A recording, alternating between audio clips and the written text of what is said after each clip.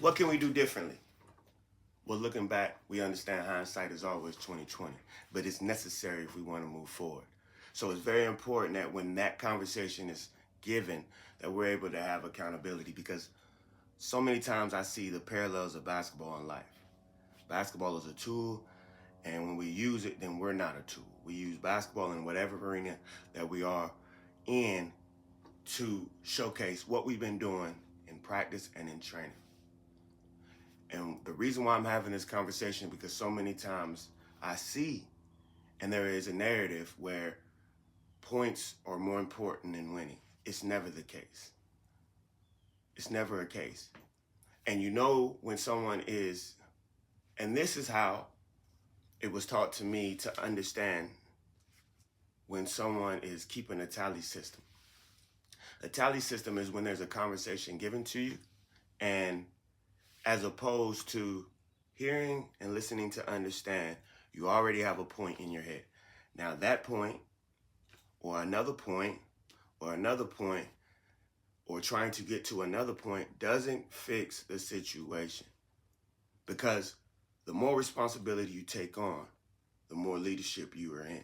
Now, it isn't because we want to be leaders. It's because there is a spot that needs to be filled. So when we're playing the game of basketball, you shoot because your team needs you to shoot.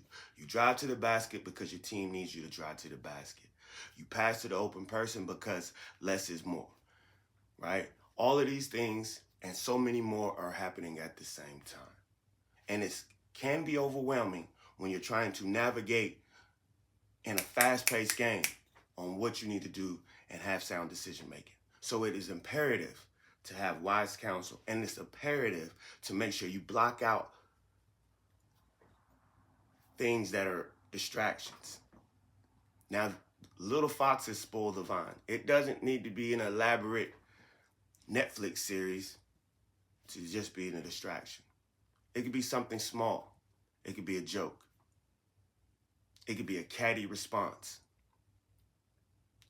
Let me give you an example. So I'm at the gym the other day, and I'm getting on a leg press. There's 3 leg presses. There's a leg press on the left, there's one in the middle, and there's one on the right. When I approached, there's nobody at the 2. There's only a lady at the 1. Now I have my routine, so I'm locked in and loaded, but I see she's getting after it because there's like 5 plates on there, right? I put my 1 plate on, put my next plate on, and I do my routine. She's long gone by the time I get up to 6 plates. Now, the reason why I even bring this up is because there's a third seat where the person sits down. And this older gentleman, his catty remark, which it could have been a way to connect, was, "You're making me look bad." Well, that's not my intention. My intention is not to make anybody look bad. That is not my goal.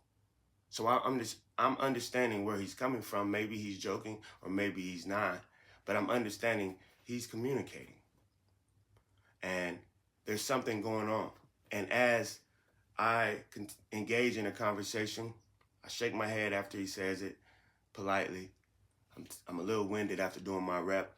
And I let him know what I was about to do. Like, just so he can understand the vision at which I had. So if he does have encouraging word, he could be a partner, or if he has some information that he would like to share, he could share that as well. But not to create over dialogue. And he shares with me that he tore his quadricep and he's just now getting back. Now, that could have been dissected in so many different ways. However, the thing that was amazing for all 3 people there, regardless of who said what, is that they went about their day and they finished their workout the best that they could. And I'm assuming that. I want to assume that because I want to project what's going on in my life, right? So anything I'm sharing with you, I understand the things that you're going through because I either been through it or I'm going through it. What goes around comes around. And the beautiful thing about this world is God is not mocked. God is the creator of everything. And there's a universal law of what you sow, you shall reap.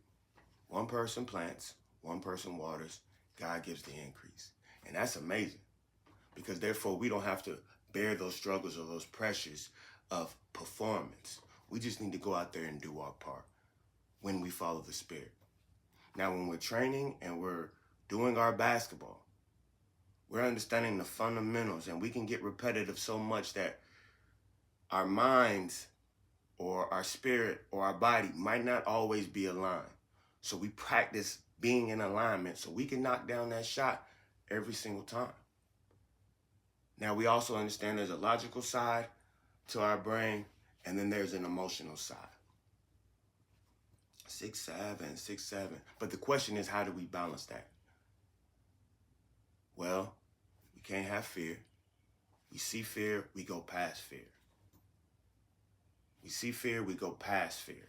We see fear, we go past fear. And that allows us to move in the direction, because we need a challenge to present itself so everything that we practice and everything that we train can resonate when we're in the game. It's necessary, but we give it all back when we need the attention. We give it all back when we need to keep score. We give it all back, right?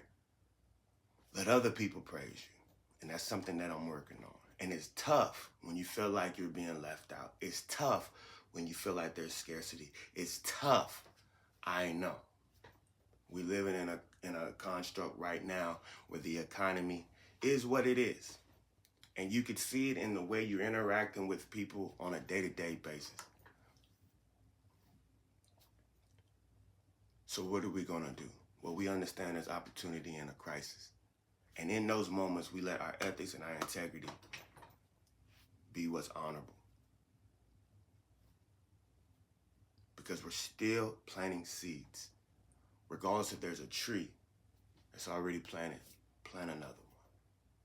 Or maybe you're the one watering. Why does a tree have bark? Because it has to heal itself from the scars that it gets. Too much sunlight, a number of different things, maybe a bird or bear rubbed against it, pecked at it, who knows? But the scars that we have in our minds and from the past experiences, they don't define us. They don't define us. But we turn those into principles. And when we get those principles, we understand we set boundaries, and sometimes those boundaries hurt. Sometimes it disappoints people who used to see us one way, but now we've grown. So just like that tree, you're going to continue to grow. You're going to continue to be successful. You're going to continue to be prosperous. That's how it goes. You just make sure you're planting good seed and you understand. We understand why we're playing, why we're doing that. Because what's in the dark will always come to light. It always does. And so when we play, we get to free ourselves. We get to free ourselves, not from making mistakes, but from the judgment of making mistakes. That's what it's about.